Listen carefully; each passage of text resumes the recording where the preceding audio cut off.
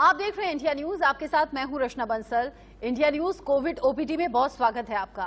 Corona के कहर का सिलसिला थोड़ा सा थम गया है और इसी रात के बीच में राज्यों के जरिए धीरे धीरे फेज वाइज अनलॉक हो रहा है, राज्यों को खोला जा रहा है। दिल्ली में कल अनलॉक का चौथा चरण है, तो वहीं यूपी, पंजाब और उत्तराखंड में कल से राहत और ज्यादा बढ़ जाएगी। मतलब जो पाबंदियां अभी तक थी उनमें ढील दी जा रही है धीरे धीरे हालातों को देखते हुए। सबसे पहले आपको ग्राफिक्स के जरिए बताते हैं कल से दिल्ली में क्या क्या खुलने वाला है। सार्वजनिक पार्क और उद्यान फिर से खुलेंगे। दोपहर 12 बजे से लेकर रात 10 बजे का टाइम रहेगा जब पार्क खुल सकेंगे। इसके साथ 50% क्षमता के साथ बैठने के लिए बार और रेस्टोरेंट खुलेंगे। 50% कैपेसिटी के साथ बार खुल पाएंगे। रेस्टोरेंट खोलने की अवधि को बढ़ाया गया है। सुबह 8 बजे से लेकर रात 10 बजे तक रेस्टोरेंट के खुलने का टाइम है। इसके अलावा गोल्फ क्लब, योग सेंटर फिर से दिल्ली में खोले जा रहे हैं। सिनेमाघर, जिम, स्पा, इन पर अभी भी रोक जारी है, अभी भी प्रतिबंध जारी है और आगे आने वाले टाइम में हो सकता है हालातों को देखते हुए इन सब से भी प्रतिबंध हट जाए। के हल्का हो जाने के बाद अब देश की राजधानी दिल्ली को अनलॉक के दौरान जो छूट मिली थी उन्हें अब दिल्ली सरकार ने 28 जून तक बढ़ा दिया है। इसके अलावा यह ऐलान किया गया है कि तमाम शॉपिंग कॉम्प्लेक्स और तमाम मॉल्स को भी इनमें जो दुकानें हैं उनको खोलने की इजाजत दे दी गई है। सुबह 10 बजे से लेकर शाम 8 बजे तक ये दुकानें खुल सकती हैं। इसके अलावा रेस्टोरेंट्स को 50% क्षमता के साथ खोले जाने की जो इजाजत दी गई थी वो बरकरार रहेगी। साथ ही बार्स को भी खोलने की इजाजत दे दी गई है। शर्त यही है कि उनकी क्षमता के 50% ग्राहक ही वहां एंट्री उन्हें मिलनी चाहिए। इसके अलावा दिल्ली सरकार की तरफ से फैसला किया गया है कि जो बाकी चीजें जिन पर की छूट नहीं थी, जैसे जो आउटडोर एक्टिविटीज हैं, आउटडोर गैदरिंग है, स्विमिंग पूल है, स्पास हैं, उन पर पाबंदी जो लगाई गई थी वो बरकरार रहेगी। जाहिर सी बात है दिल्ली सरकार नहीं चाहती है कि दिल्ली के भीतर इस तरह की एक्टिविटीज को अगर खोला जाए तो फिर कहीं तीसरी लहर का खतरा पैदा ना हो जाए। कैमरामैन अर्देश के साथ Sumit Kumar Dubey, India news, Delhi. Delta के बाद डेल्टा प्लस वेरिएंट को लेकर भी खतरा अभी बढ़ा हुआ है। इस बीच तीसरी लहर को लेकर अंदाजे अलग अलग एक्सपर्ट के जरिए हो रहे हैं। दिल्ली में अनलॉक 4 की प्रक्रिया शुरू हो जाएगी कल से। इसके अलावा उत्तर प्रदेश में भी तमाम जो प्रतिबंध थे वो हटा लिए जाएंगे कल से। कल यानी कि सोमवार से उत्तर प्रदेश में राहत होगी। कोरोना संक्रमण जब तेजी से इस रफ्तार में कमी आई है, लगाम लगी है, इसी को देखते हुए सोमवार से सरकार कोरोना कर्फ्यू में छूट देने जा रही है। क्या क्या राहत मिलेगी आपको ग्राफिक्स के जरिए बता रहे हैं। सोमवार से मॉल और पार्क खुल पाएंगे। सुबह 7 बजे से लेकर रात 9 बजे तक का वक्त रहेगा मॉल और पार्क खुलने का। इसके अलावा रेस्टोरेंट, जहां 50% क्षमता के साथ रेस्टोरेंट खुल पाएंगे। शादियों में 50 लोग महज शामिल रह पाएंगे, लेकिन सिनेमा हॉल, स्टेडियम अभी भी बंद रहेंगे। इसके अलावा स्विमिंग पूल और जिम अभी खोलने को लेकर इन्हें फैसला नहीं लिया गया है। जैसे जैसे केसेस कम हो रहे हैं वैसे वैसे आपके लिए सुविधा सहूलियत खुलती जा रही है। आगे आने वाले वक्त में जो चीजें आज बंद है वो भी शायद कल खुल जाएं। कोरोना केस में कमी के साथ बाजार खुल रहे हैं और उसके साथ एक बार फिर से लापरवाही की तस्वीरें भी सामने आई हैं जो नहीं आनी चाहिए थी।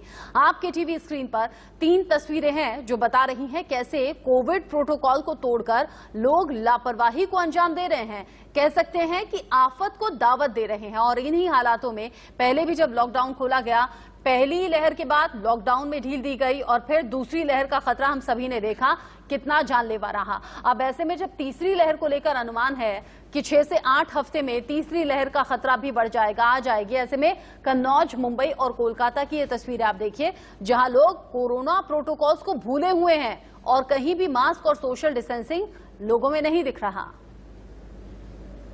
कोरोना की तीसरी लहर की आशंका, कोरोना की तीसरी लहर का खतरा सर पर मंडरा रहा है, लेकिन लोग हैं कि लापरवाही बरत रहे हैं। इस वक्त हम मुंबई के सांता क्रूज इलाके में हैं और आप तस्वीरों से साफ देख पाएंगे लोग धड़ल्ले से घर से बाहर निकल रहे हैं।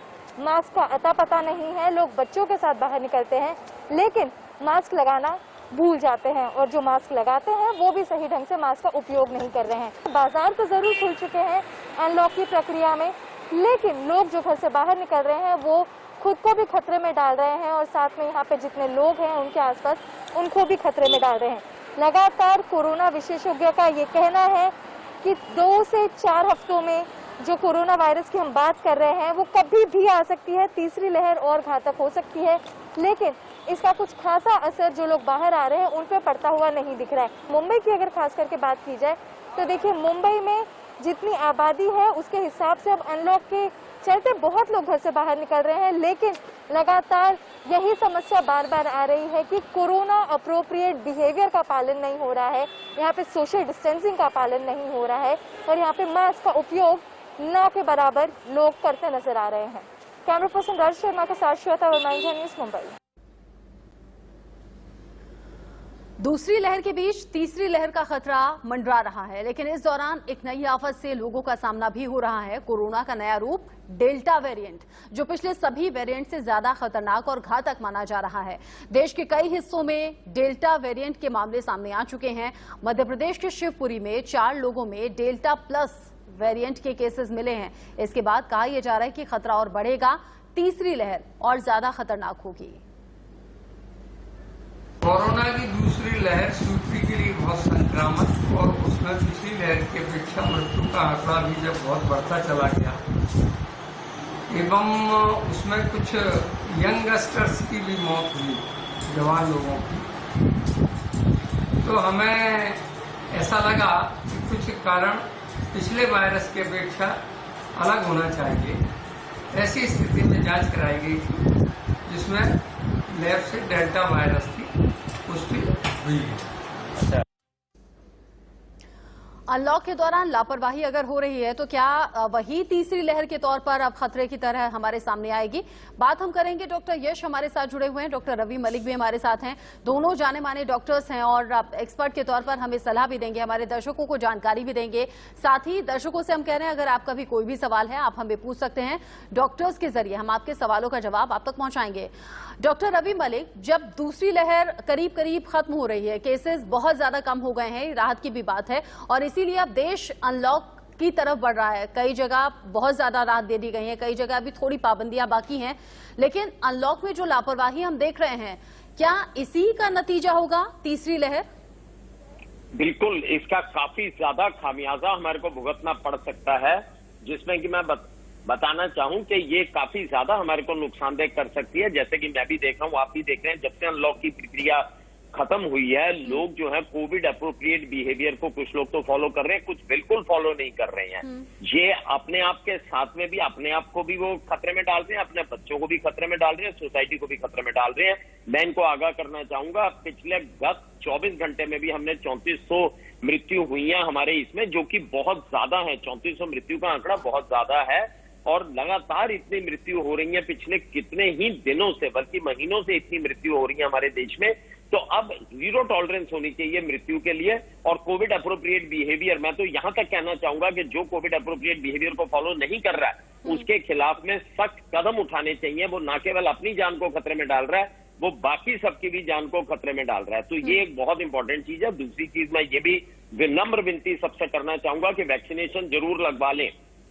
जिस तरह की 6 से 8 हफ्ते में भी कुछ प्रोफेशनल्स अंदेशा लगा रहे हैं कि शायद थर्ड वेव आ जाए, तो वैक्सीनेशन को भी अपना इफेक्ट लाने के अंदर कम से कम 2 महीने लगते हैं। आप पहली डोज लगवाएंगे, फिर दूसरी डोज लगाएंगे, उसके बाद होगा 2 से 3 महीने में वैक्सीनेशन का अच्छे से असर आता है। तो जिसको जहां अपॉर्चुनिटी मिले वो वैक्सीनेशन भी लगवा ले, कोविड अप्रोप्रिएट बिहेवियर को फॉलो करे, वेल वेंटिलेटेड रूम्स में रहे, नेशनल डिसिप्लिन की आवश्यकता है। बाहर केवल तभी निकले जब जीविका कमानी हो या बहुत ज्यादा इंपॉर्टेंट इश्यू हो, नहीं तो जब तक हमारी हर्ड इम्यूनिटी बढ़ नहीं सकती है, सेकेंड वेव दस्तक दे रहा है, वो कभी भी आ सकता है और हमें चपेट में ले सकता है। तो ये बड़ी इंपॉर्टेंट चीज है। और सबसे बड़ी चीज बताना चाहूंगा, हमारे बच्चे वल्नरेबल हैं। एक भी बच्चे को अभी तक वैक्सीन नहीं लगी हुई है। अपनी जान की परवाह ना करते हुए अगर बच्चों की कम से कम जान की परवाह करनी चाहिए हमारे को, और कोविड अप्रोप्रिएट बिहेवियर फॉलो करना बड़ा जरूरी है। सुपर स्प्रेडर इवेंट्स का, चाहे वो राजनीतिक है, सामाजिक है या धार्मिक है, किसी भी सुपर स्प्रेडर इवेंट का आप पालन ना करें, अपने ऊपर अनुशासन लगाएं, अपने ऊपर प्रतिबंध लगाएं, नहीं तो आने वाले समय के अंदर यहाँ पर त्राही त्राही दोबारा फैल सकती है। और यही फिक्र वाली बात है कि लोग अपनी अपनी जिम्मेदारी समझ नहीं रहे हैं। डॉक्टर यश, जब वैक्सीनेशन बहुत ज्यादा जरूरी बताया जा रहा है, हर एक्सपर्ट के जरिए बड़े बड़े डॉक्टर्स कह रहे हैं कि वैक्सीन जरूर लगवाइए, वैक्सीन की कमी और किल्लत तो अभी भी बनी हुई है। सरकार कह रही है कि अगस्त से इस किल्लत को दूर कर लिया जाएगा, दिसंबर तक 100 करोड़ से ज्यादा लोगों को वैक्सीन लग जाएगी, लेकिन साथ ही अनुमान ये भी है कि 6 से 8 हफ्ते में तीसरी लहर आ रही है। ऐसे में वैक्सीन के बिना लोग कैसे सरवाइव कर पाएंगे? जिनको डोज लग गई है वो तो कम से कम निश्चिंत हो जाएं, लेकिन जिनका नंबर ही नहीं आया अभी, वो क्या करें? Thank you, thanks for the invitation again. जिन लोगों को वैक्सीन नहीं लगी, चाहे जिसे वैक्सीन लगी है, दोनों पे खतरा है, पर खतरा अनवैक्सीनेटेड ग्रुप्स में ज्यादा है। हमारी एज कम्युनिटी एक जिम्मेदारी बनती है कि हाई रिस्क ग्रुप्स को जल्दी से जल्दी वैक्सीनेट करें। अभी भी एल्डरलीज में काफी सारे लोग, यंग पीपल में काफी सारे लोग हैं जो एट रिस्क हैं, बट वैक्सीनेट नहीं हो सके हैं। प्रेगनेंसी बहुत ही हाई रिस्क ग्रुप है, इसमें भी अभी तक वैक्सीनेशन का काम देश में चालू नहीं हुआ है। इसके अलावा तमाम सरकारों की तमाम एडमिनिस्ट्रेटिव कैपेसिटी में हमें नोवल रास्ते ढूंढने हैं। हमें पता है कुछ रीजंस हैं वैक्सीन हेजिटेंसी के, कुछ कल्चरल रीजंस हैं हमारे देश में, बट हमें नए मॉडल ढूंढने हैं। कुछ नए मॉडल क्लास कुछ दिनों में सामने आए हैं, जैसे क्लस्टर अप्रोच, सुपर 45, कश्मीर का ब्लॉन मॉडल, जिसमें पहला गांव बना जहां सबको वैक्सीनेट किया गया। ये वैक्सीनेशन कैंपेन रात रात भर चला। नर्सेज, एएनएम, मिडवाइफ्स रात को दूसरे गांव में गई, सुबह या मिडनाइट में वापस आई, वहां पे रुकी। तो हमें नए माध्यम अपनाने हैं, हमें उनके खौफ को दूर करना है। हमारा कम्युनिकेशन उनके लिए कॉन्फिडेंस बिल्डिंग मेजर होना चाहिए। वैक्सीन की कमी है, बट अगर हम चाहें तो हमें कहीं ना कहीं अपना डेजिग्नेटेड सेंटर अभी भी मिल जाता है। इसके साथ ही शहर में कुछ पॉकेट्स हैं जहां वैक्सीन की अवेलेबिलिटी का कुछ इश्यू हो सकता है, चाहे वो इकोनॉमिकली वीकर सेक्शन हो, चाहे मार्जिनलाइज सोसाइटी हो। हम पहले भी समझ चुके हैं, जब तक दुनिया का हर शख्स सेफ नहीं है, हम सेफ नहीं है। इसलिए हमारी एक नैतिक जिम्मेदारी बन जाती है, हमारी मार्जिनलाइज कम्युनिटीज में, हमारी रूरल कम्युनिटीज में हम वैक्सीनेशन तेजी से करें। इसके दो फायदे होंगे, एक तो हर्ड इम्यूनिटी बढ़ेगी, बट कुछ इलाके हमारे देश में ऐसे हैं, खास करके पहाड़ी लैंडलॉक्ड इलाके, जहां बीमारी ने अभी तक दस्तक नहीं दी है। अगर बीमारी वहां दस्तक देती है तो मॉर्टेलिटी और स्केल ऑफ डिस्ट्रक्शन बहुत ज्यादा हो सकता है। तो एक सेफ वैक्सीनेशन का कैंपेन ऐसे इलाकों में चलाना बहुत ही अर्जेंट प्रायोरिटी हमारी बन जाती है। दूसरा इंपॉर्टेंट सवाल जो आपने पूछा वो है कोविड एप्रोप्रिएट बिहेवियर। हम समझ चुके हैं कि कोविड की एन वेव्स आएंगी, फर्स्ट जेड वेरिएंट्स होंगे, आज डेल्टा प्लस है, कल कोई और होगा। इस सब के विरुद्ध अगर हमारे पास हमेशा एक कारगर हथियार जो रहेगा वो है कैब और जैब, कोविड एप्रोप्रिएट बिहेवियर और वैक्सीन। इन दोनों चीजों को हमें इम्प्लीमेंट हर तरह से कराना है। जहां हमसे समझाने की जरूरत है, हमें समझाना है, अवेयरनेस बढ़ाना है। इसके साथ साथ इम्प्लीमेंटेशन में कुछ स्ट्रिक्टनेस लाना है। हमें अपने अंदर भी डिसिप्लिन लाना है, साथ ही सरकारों की भी एक नैतिक जिम्मेदारी है कि इसका वो इम्प्लीमेंटेशन सख्ती से करें। एक डेवलप्ड कंट्री और डेवलपिंग कंट्री में बेसिकली यही डिफरेंस है कि वो कितने रिलीजियसली साइंस को फॉलो करता है। साइंस हर आदमी को पता है, पर उसका फॉलो कितना सीरियसली और कितना पॉलिसी वाइज किया जाता है, यही लोग नहीं कर रहे हैं। और लोगों को जिम्मेदारी के तौर पर यह भी समझना चाहिए कि अगर हम खुद को वैक्सीनेट नहीं करा रहे हैं या हम लापरवाही बरत रहे हैं, न सिर्फ अपने परिवार बल्कि अपने आसपास के सभी लोगों के लिए हम खतरा पैदा कर रहे हैं, हम उनकी बीमारी की वजह बन सकते हैं। ये भी एक जिम्मेदारी देश के नागरिकों को समझनी चाहिए। डॉक्टर रवि मलिक, आपको याद होगा कोरोना की फर्स्ट वेव में जब हम बात किया करते थे तो जो मैक्सिमम केसेस थे वो 1 लाख के करीब थे, जो मैक्सिमम मौत हो रही थी पर डे वो 1000 के करीब रहती थी। इस बार ये आंकड़ा करीब करीब 4 गुना रहा, 4 लाख से ऊपर केस पहुंचे, 4000 से ऊपर मौत हुई। लोगों को भूलने की बड़ी आदत होती है, शायद वो लोग भूल चुके हैं कि पहली वेव में जितना खतरा था उससे थोड़ा ही कम अभी है, लेकिन खतरा उतना ही बना हुआ है। लेकिन लोग बेफिक्र इसलिए हो गए हैं कि 4 लाख से देखो कितने कम केसेस हो गए, कहां 4-4.5 डेथ हो रही थी, अब वो 1500 पर आ गई हैं। मुझे तो ये समझ नहीं आता कि लोग इतने ज्यादा ओवर कॉन्फिडेंट क्यों हैं। देखिए, हमारे यहाँ पर जो वैक्सीनेशन कंप्लीट कोर्स लग चुका है वो 4.5% यानी कि दोनों डोज जो लग चुकी हैं वो केवल 4.5% पॉपुलेशन को लग चुकी हैं। मुझे समझ नहीं आता, जब इतनी बड़ी हर्ड इम्यूनिटी अभी रहती है तो लोग कॉन्फिडेंट क्यों है। एक भी बच्चे को, 1/3 पॉपुलेशन 18 साल से कम बच्चों की है, एक भी बच्चे को वैक्सीनेशन नहीं लगा हुआ। मुझे तो अभी तक ये समझ नहीं आ रहा। और उसके बाद इतनी मौतें हुई हैं, हम में से हर किसी ने अपने किसी अभिभावक को, परिजन को, किसी रिश्तेदार को, हम में से सभी ने खोया है। तो ये समझ नहीं आता कि इतना बड़ा ओवर कॉन्फिडेंस किस वजह से ये लोग कर रहे हैं। या तो ये अज्ञानता और मूर्खता है, या ये है कि लोग समझ के भी इसको नहीं समझ पा रहे हैं। मैं आपको ये बताना चाहूंगा, हमारे सामने समाधान और विकल्प केवल एक ही है। हम कोविड एप्रोप्रिएट बिहेवियर, जिसके अंदर की वैक्सीनेशन भी आ जाता है, वो भी कोविड एप्रोप्रिएट बिहेवियर ही है। कोविड एप्रोप्रिएट बिहेवियर कीजिए, मास्क लगाइए, वेल वेंटिलेटेड रूम्स में रखिए, वैक्सीनेशन जरूर रखिए।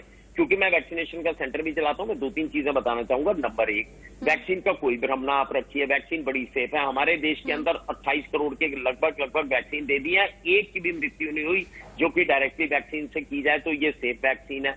दूसरी चीज, इस बार भी हमने देखा कि जिनको वैक्सीन लगी हुई थी उनको बीमारी बहुत सीरियस नहीं हुई। क्योंकि मैं कोविड अस्पताल चलाता हूं, मैं अपने तजुर्बे से बताऊंगा, जो मरीज सीरियस हुए तो मुझे कहते थे, डॉक्टर साहब काश हमने ये वैक्सीन लगा रखी होती, काश हमने वैक्सीन, छोटा सा एक इंजेक्शन लगना है उसको आप लगाइए, कोविड एप्रोप्रिएट बिहेवियर रखिए। और सबसे बड़ी चीज है, जो व्यक्ति कोविड एप्रोप्रिएट बिहेवियर नहीं रख रहा उसकी नेमिंग कीजिए, शेमिंग कीजिए, पब्लिक में उसको टोकिए। वो खुद के साथ नहीं, दूसरों की जान के साथ भी खिलवाड़ कर रहा है। अगर इस बीमारी के ऊपर हम संपूर्ण विजय चाहते हैं तो हमें इसके लिए कदम उठाने पड़ेंगे, नहीं तो थर्ड वेव फिर हमारे ऊपर मंडरा रहा है। और ये सभी के सहयोग वाली बात है, और ये सभी की जिम्मेदारी वाली बात है। देश के नागरिक हैं तो ये हमारी मौजूदा वक्त में सबसे बड़ी जिम्मेदारी है कि जल्द से जल्द वैक्सीन लगवाएं, खुद को सुरक्षित रखें, अपने आसपास के लोगों को सुरक्षित रखें। बहुत शुक्रिया डॉक्टर रवि मलिक और डॉक्टर यश हमारे साथ जुड़ने के लिए, और ये खास जानकारी हमारे दर्शकों तक पहुंचाने के लिए। उम्मीद करेंगे कि जो दर्शक हमारे साथ जुड़े होंगे समझेंगे कि 6 से 8 हफ्ते बाद तीसरी लहर का खतरा बढ़ने वाला है। उससे पहले ही वैक्सीन लगवाइए और खुद को और अपने परिवार को सुरक्षित रखिए। बहुत ख्याल रखिए अपना। एक छोटा सा ब्रेक।